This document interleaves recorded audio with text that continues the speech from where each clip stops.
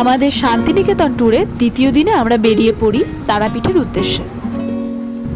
শান্তিনিকেতনে এসে হাতে যদি এক্সট্রা কিছু সময় থাকে তবে আপনারা কিন্তু খুব সহজে তারাপীঠও ঘুরে আসতে পারেন, ঠিক যেমনটা আমরা করেছিলাম।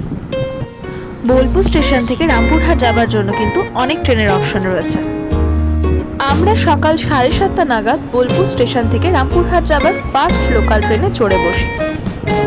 বোলপুর স্টেশন থেকে রামপুরহাট স্টেশনের দূরত্ব প্রায় 7.5 কিলোমিটার। প্রায় 1.5 ঘন্টার জার্নি অতিক্রম করে আমরা কিন্তু 9:30 নাগাদ পৌঁছে যাই রামপুরহাট স্টেশনে। স্টেশন থেকে বাইরে বেরিয়ে আপনারা দেখতে পাবেন তারাপীঠ যাবার জন্য বেশ কিছু ছোট ছোট গাড়ি অপেক্ষা করছে। তারই কোনো একটাতে চড়ে বসুন, তারাই কিন্তু আপনাদের পৌঁছে দেবে তারাপীঠ মন্দিরের খুব কাছে। রামপুরহাট থেকে তারাপীঠ যাওয়ার জন্য এই শেয়ার গাড়িগুলিতে মাথাপিছু ভাড়া পড়ে 30 টাকা করে। আপনারা কিন্তু একইভাবে তারাপীঠ থেকে আবার রামপুরহাট স্টেশনে ফিরে আসতেও পারবেন। মায়ের মন্দিরে যাওয়ার আগে রাস্তার দুধারে যে কোনো দোকান থেকে আপনারা কিন্তু পুজোর ডালা সংগ্রহ করে নিতে পারেন।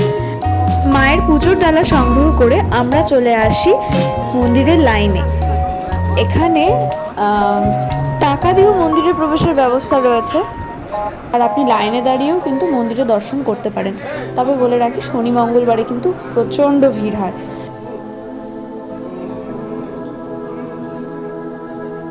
কিছু সময়ের অপেক্ষার পর অবশেষে আমরা কিন্তু মন্দিরে ঢুকবার সুযোগ পাই। মন্দিরে ঢুকে মায়ের কাছে প্রণাম করে মায়ের দর্শন সেরে আমরা অবশেষে মন্দির থেকে বেরিয়ে আসি। আগে থেকে আমরা একজন পান্ডার সঙ্গে কথা বলে রেখেছিলাম, তিনি আমাদের মায়ের ভোগ নিবেদন করে দেন এবং মন্দিরে ঢোকার পর খানিকক্ষণ মায়ের দর্শন করার জন্য দাঁড়িয়ে থাকবারও সুযোগ করে দেন। করোনার পরবর্তী সময় আমি শুনেছিলাম তারাপীঠের মন্দিরে মায়ের মন্দির গর্ভে প্রবেশ নিষিদ্ধ ছিল, কিন্তু এখন সেরকম কোনো কিছুই নেই।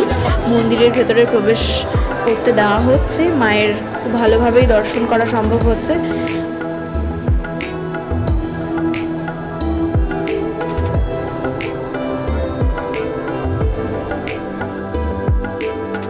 তারাপীঠে মায়ের মন্দিরের পাশাপাশি রয়েছে শিব মন্দির।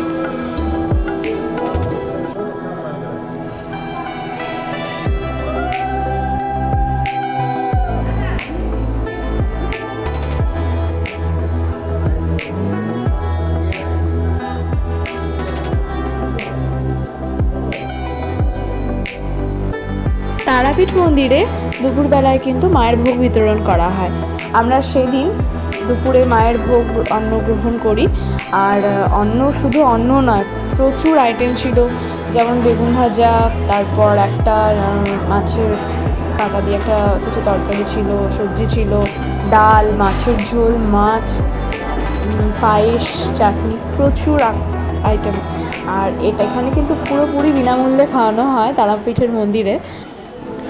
এখানে বহু মানুষ মন্দির চত্বরে বসে কিন্তু মায়ের ভোগ গ্রহণ করে। আমাদের কিন্তু তারাপীঠে থাকবার কোনো পরিকল্পনা ছিল না। এরপর আমরা বিকেল নাগাদ মন্দির ছেড়ে বাইরে বেরিয়ে পড়ি।